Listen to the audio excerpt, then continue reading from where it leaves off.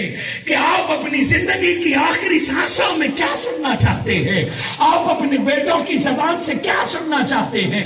نعبد الہک، بابا ہم آپ کے الہ کی عبادت کرتے رہیں گے۔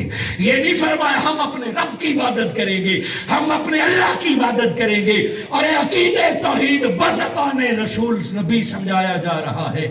میرے بعد کس کی عبادت کرو گے؟ نعبد الہک، آپ کے بعد بھی ڈائریکٹ رب کی بات نہیں کریں گے، آپ کے دنیا سے پردہ کرنے کے بعد بھی جب بھی اس کی عبادت کریں گے، بابا تصور آپ کا کر کے اللہ کی عبادت کیا کریں گے۔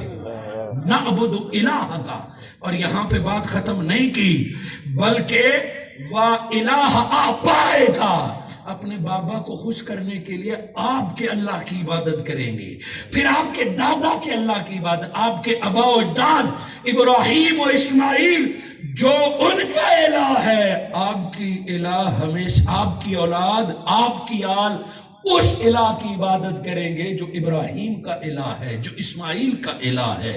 حضرت اسحاق کا الہ ہم واحد، بندے تو 5 ذکر کر لیے، آج شرک کی جو ناقص تعریف کی جاتی ہے کہ اللہ کی صفات یا اللہ کے ذکر میں کسی بندے کا ایک کا ذکر کرے تو فرمائے یہ تو اشتراک ہو گیا، مشرک ہو گئے۔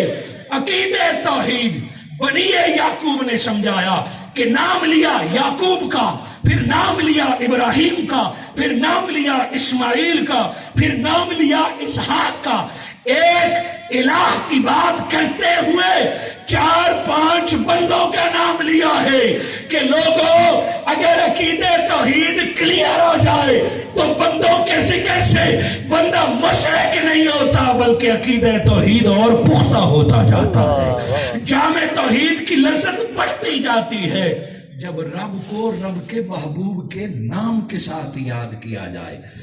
صاحبزادگان ذاتی علم و عرفان اور معرفت کی بدولت پر بات نہ کی، حالانکہ وہ کم نہ تھے، کہہ سکتے تھے ہمیں پتا چل گیا اللہ ایک ہے، ہم جان گئے ہیں، مگر وہ جانتے تھے کہ اللہ کس توحید سے راضی ہوتا ہے اور اللہ کا نبی کب خوش ہوتا ہے۔ ایسا نہیں ہے کہ جب اللہ کو جان مان لیا تو درمیان سے محبوب کو نکال دیا، درمیان سے نبی کو نکال دیا، یہ عقید توحید نہیں۔ قرآن نے اس آیت میں بڑا واضح طور پر بتایا کہ رب کو جب بھی یاد کرو تو ان ہستیوں کو ضرور یاد کرو جس کی وجہ سے تمہیں اللہ مل رہا ہے، جس کی وجہ سے تمہارے عقائد کلیئر ہوئے ہیں۔ عقید توحید کے لیے بھی واسطہ چاہیے، آج تو وسائل اور وسیلے کا انکار توحید کی محبت میں کیا جاتا ہے۔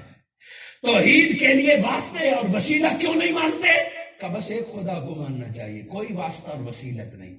خود عقید توحید واسطے کا طالب ہے، اللہ رب العزت بے نیاز ہے، اللہ کسی واسطے وسیلے کا محتاج نہیں، مگر عقید توحید خود طالب ہے کہ کوئی وسیلہ ڈھونڈا جائے تب میری بات سمجھ آئے گی۔ جب تک حضور صلی اللہ علیہ وآلہ وسلم کے علم میں واسطہ اور وسیلہ نہ بنے، اللہ کو ایک جاننے کے لیے علم میں کوئی واسطہ وسیلہ حضور کی ذات کو نہ مانے، تب تک اس کا عقید توحید پورا نہیں ہو سکتا۔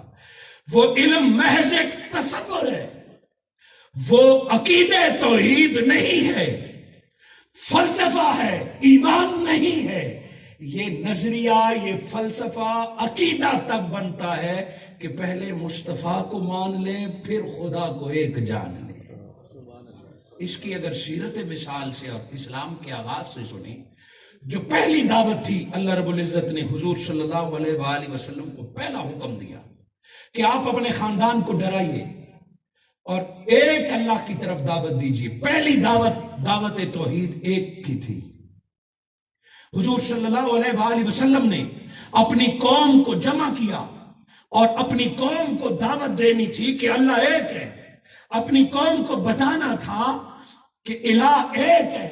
قوم اپنی کو جمع کر کے پہلا سوال یہ نہیں کیا کہ اللہ کو جانتے ہو، یا پہلی معلومات یہ نہیں دی کہ اللہ ایک ہے اور میں اس کا رسول ہوں، بلکہ پہلا سوال یہ کیا کہ میں محمد کو جانتے ہو؟ جواب یہ آیا ہاں، ان 40 برسوں میں آپ کو اچھی طرح جان لیا ہے، آپ کو اچھی طرح جانتے ہیں کہ آپ کون ہیں۔ مسئلہ ہی حل ہو گیا۔ جس نے مصطفیٰ کو جان مان اور پہچان لیا، اگلی منزلیں پھر مشکل نہیں ہیں۔ حضور نے ذات کی بات کے بعد علم کی بات منوائی۔ آپ نے فرمایا یہ تو تم نے مجھے مان لیا، میری خبروں کو بھی مانو گے؟ مخبر کی ذات پہ کبھی کبھار اعتماد ہوتا ہے، مگر خبر سے اختلاف ہوتا ہے۔ خبر دینے والے کو بندہ تسلیم کر لیتے کہ یہ چینل ٹھیک ہے، مگر یہ خبر اس کی غلط ہے۔ آقا نے پہلے اپنی ذات کے بارے میں پوچھا، مجھے جانتے ہو؟ جانتے ہیں۔ اب حضور نے فرمایا میری بات کا یقین کرو گے اگر میں کہوں کہ اس پہاڑ کے پیچھے سے کوئی حملہ کرنے والا ہے تو مان جاؤ گے؟ یہ خلاف عقل ہے۔ کہنا یہ چاہیے تھا خود جا کے دیکھیں گے، پتہ کریں گے، جنگ اور حملے جیسی چیز ہے، مگر پوری قوم بیک زباں ہو کے بولی ہاں۔